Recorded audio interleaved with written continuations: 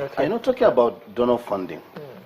For us, what we have done is we don't want to know how much you have raised to work in Nigeria. But we have said that for NGOs who are coming to Gombe, you need to sign an MOU with us. We need to see your work plan. We need to know what you are doing. So that tomorrow, if you say you've spent so amount of money in providing water to IDPs in Gombe, we should be able to say whether you've done that or not. Exactly. And I think that's where the issue of coordination, we keep talking about coordination, comes in. One of the greatest problems we're facing with disaster management in Nigeria is weak coordination. We need to look at people and say, this is how it works in Nigeria. So in some clients, maybe a man is not bothered that he goes to queue and collects food and his wife collects food. People have asked me that, why is it that there's no discipline in camp? How can you have a discipline when there's no father? When there's no mother? You have destroyed the basic unit that we have, the family.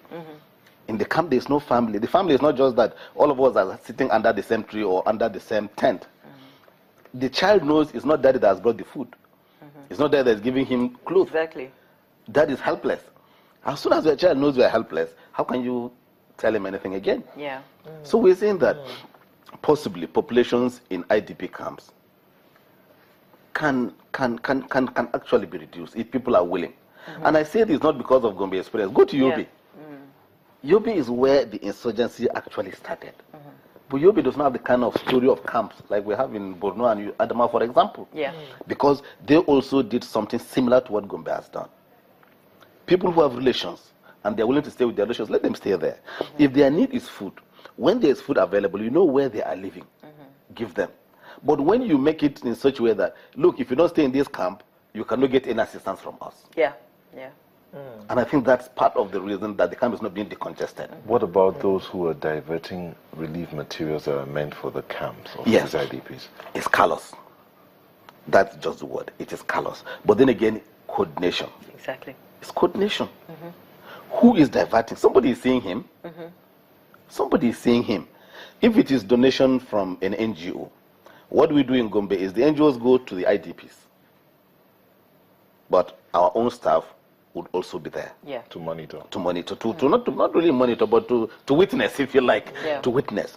If it is from government, and whether it's going to be distributed in all over the state, or there is a particular crisis in somewhere, depending on the quantity you have at the point in time. The important thing is you know who is working where, and that's the coordination. There are NGOs who are coming in with food stuff. You come into Gombe, you tell me that you want to give food stuff to IDPs in Gombe. So I say, no, hold on. How many portions to how many households do you want to give? Because it doesn't make sense that you give 10 in this local government, 5 in that. No. We now say, okay, you can give to 100 households, so go to social local government. And we notice, so that next time there is something coming in, we know that it goes to another one. But where there's no coordination, people can just walk in and walk away. The same thing with camp. When we're having camp, we are turned down a government official from one state. And I said, you can't get into a camp. Because we believe that coming in at that time was going to be detrimental to the peace of our camp. So camps need to be done up to that level. So if you go to Maiduguri today or Borno today and you have camps, where does the buck stop? I don't know how true this is, but we read about 2-3 weeks ago that people were dying in these camps. And I think they actually gave us a figure of about 8 every day. Is there any truth in that story? Well, from what we hear, it is true. This was the fallout of a visit, or what I think it was Médecins Sans Frontières, Doctors Without Borders, who went to Bama, and they saw this. But sadly, I think that is a story that is happening. That's something that's happening more. We don't hear so much about.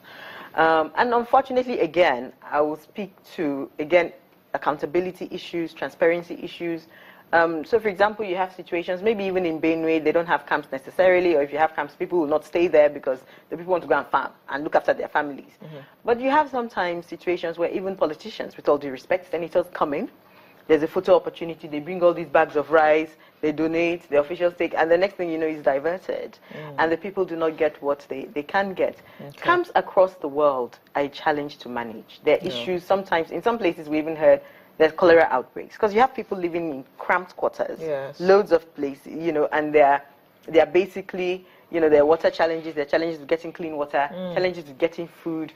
In some camps, they're still doing wet feeding, where they're preparing soup and slops and giving people. Of course, things will happen there. So you do have that happening, unfortunately. No, we've got to go now, Doc. We've got to go now. So for you, what is the way forward?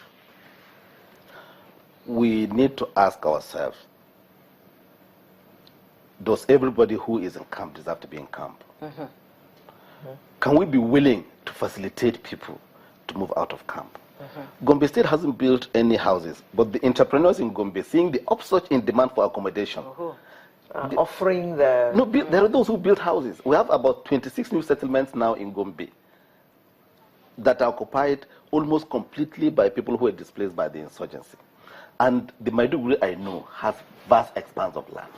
Why are you cramping thousands of people in a school when you could give opportunities for, if you like, it's even economic development, so that people can leave camp? There are too many people in the camp.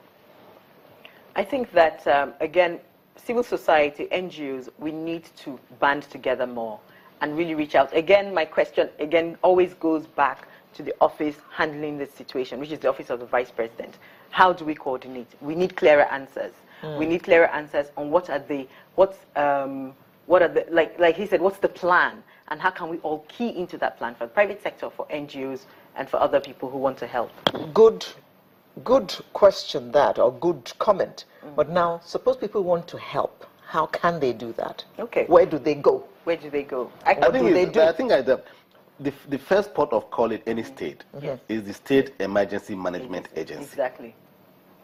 They are the people, it is the agency that has the responsibility of coordinating disaster management in all the states. And all the states of the Federation have these agencies. Maybe the operational, the way they operate might be a little bit different. And Doctor, I must say, I'm sorry, but some of them are not as responsive as you would be, for example. We have those experiences. So in those cases, usually for us as well as an NGO, before we go into any state, typically, we would reach out to the SEMA.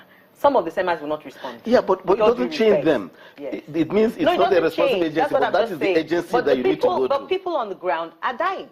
So so in your case, we went to your state. Your people responded very quickly. We were able to do what we needed to do.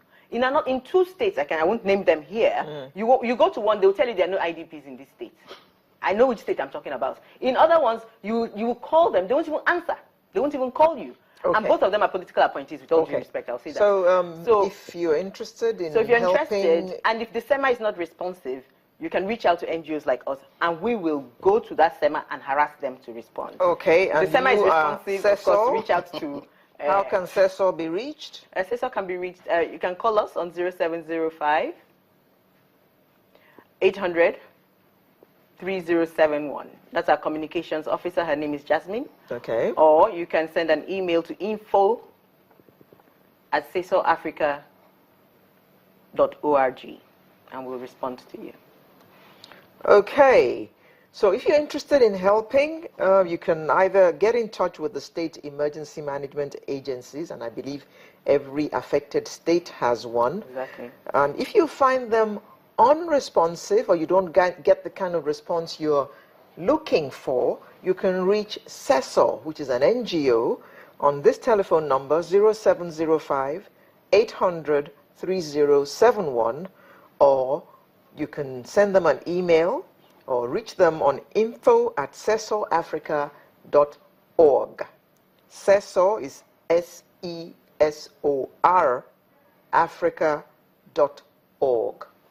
Thank you very much. We have been chatting with Dr. Danlami Rukuje, who is Executive Director, SEMA Gombe, as well as Iya Jonathan, who is Executive Director, CESO, which is an NGO. Thank you both for coming. Thank you very much. And good luck in the work that you're both doing. Thank you. Sunrise will return shortly with yet another interesting conversation. Please don't go away.